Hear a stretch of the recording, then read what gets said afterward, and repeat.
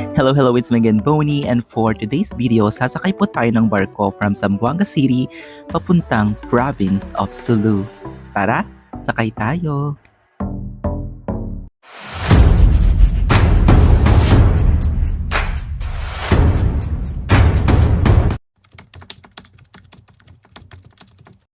Ang sarap nito 20 pesos lang, ang dami.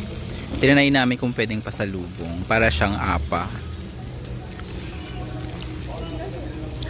And kain muna kami dito. Ayan na ang Zamboanga Mang Inasal. Charot. Ito yung version nila, o diba? Native barbecue, 140 pesos.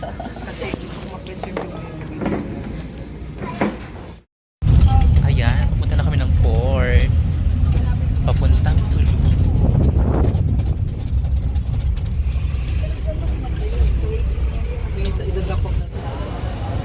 Ayan, haggard na ako. Andito na ako sa port, papuntang Sulu.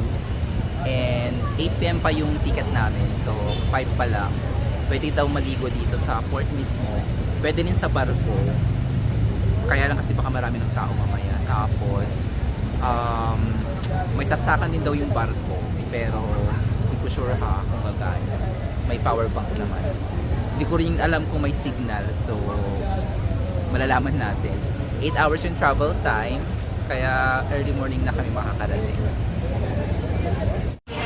Ayun na yung sasakyan naming barko. Papuntang Sulu.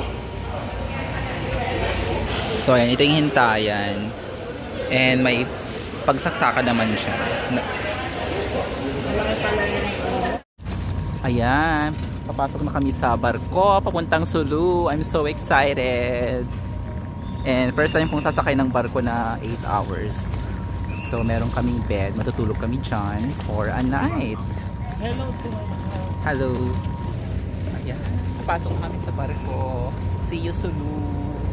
Ayan, namali kami ng sakay. Doon pala kami sa kabila. Ayun. Papuntang Batangas pala yung papasukan sana namin.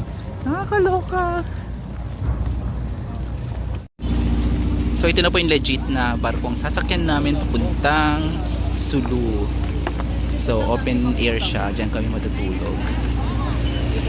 O diba? So ito na yung higaan namin papuntang Sulu. Open air. O diba? So pag nahilo ka, suka kami lang ganyan. Charot. So ayan po yung CR sa barko. Naligo ako dyan. Tapos, ayan.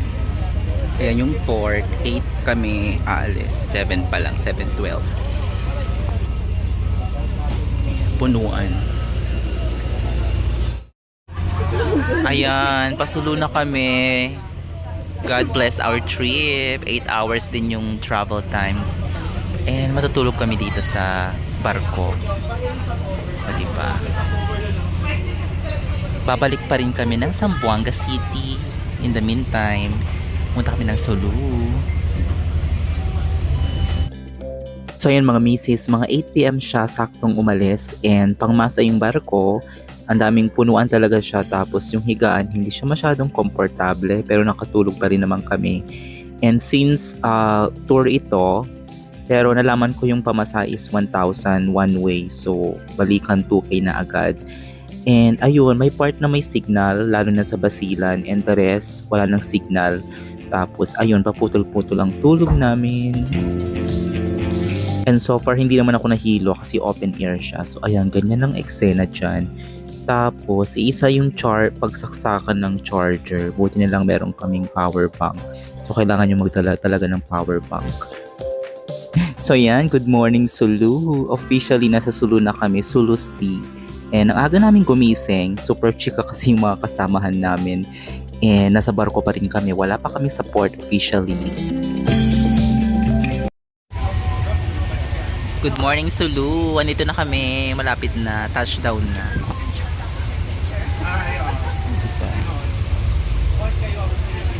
Virgin na virgin daw yung mga beach dito, kaya sabi ni Johnny, ito daw yung pinakamagandang beach for her. Dahil parang virgin pa. So ayan, kung makikita nyo hindi siya masyadong maalon. Ang problema lang nakita ko na pwede pang i-improve is yung mga basura, parang tinatapon lang nila sa dagat. Kasi nga hindi naman talaga siya puntahan, pero pag malinis to, pasok na pasok talaga ang Sulu. So yun mga misis, malapit na kami sa port, sa Jolo, Sulu, mula Apari hanggang Jolo, charot. So ayan, nung malapit na kami sa port, nakakaloka kasi may mga tausog na super lapit sa barko, nakabangka sila and humihingi sila ng mga coins. So magtatapon ka, then kukunin nila. Malakas maka-area. So ayan, pa-touchdown na kami sa Jolo Port dito sa province of Sulu and I'm so excited kasi napakahirap puntahan ng Sulu and umabot kami ng 10 hours na travel time. Napakabagal kasi ng barko. Nakakatuwa o may sumalubong sa amin. Oo, nakabangka sila. Jumi-jingi ng Anju. Ayan na yung port. Ay, dito na kami sa Sulu. First time. So excited. Ang hirap puntahan ito ha. 10 hours yung travel time. Yan, kakaiba yung vibe. Kasi napakadulo na yun. Sa dulo na ito ng Pinas. Nakakatuwa lang kasi natatanaw ko na yung city nila dito and so far very safe na ang Sulu as of now. And kasama namin yung tourism nila tsaka may mga gwardyado kami ng mga militar. So far safe na dito. And ang saya lang kasi first time ko dito and wala naman akong plan puntahan siya. Pero andito ako ngayon kasi very safe na siya. Ayun na po yung Jolo Airport. Pero yung biyahe, yung flight, pasambuanga lang tapos ay yung maliit lang siyang plane. So for sure mahal. And ang first stop namin is kainan. Mag-breakfast kami. Kasama to sa tour. Ayan. Shara's Cafe.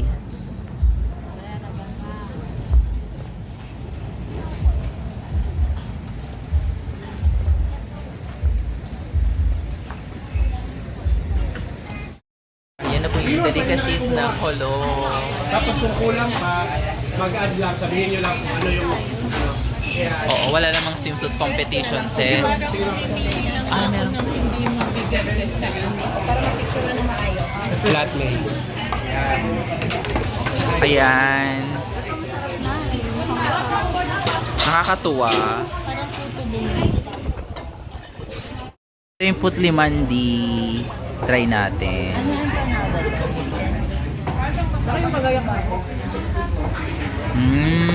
Yan ba yung moron?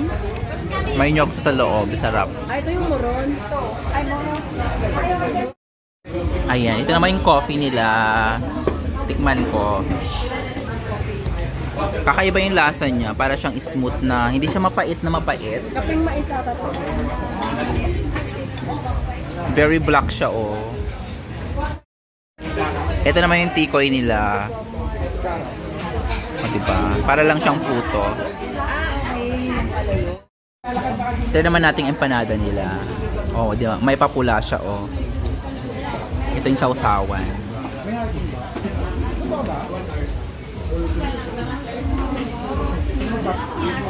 Ayan. Kaiba yung lasa. Yung sauce niya parang sweet na matamis na may maanghang. May suka daw to. Ayan. Ito yung laman niya. May peas. Kamote ating iba dyan. Sarap. Ayan. I-try natin tong durol. Ito yung tsura niya. Violet. Parang same lang din naman.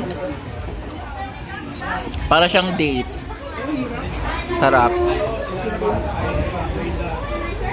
Pero hanggang isa lang ako nito, di ko kayang marami.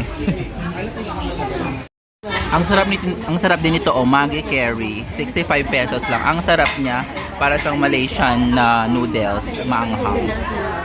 Ayun yung mga price, 65 pesos. Mura lang, very affordable, pang masa. So yun mga misis, bugad pa lang ito ng aking Sulu trip and I'm so excited agad kasi pumunta kami ng beach, ang pinakamagandang beach dito sa Pinas. So yun mga misis, marami pa akong papakita sa inyo. Magsukol. Maraming salamat po. Until my next vlog. Bye for now.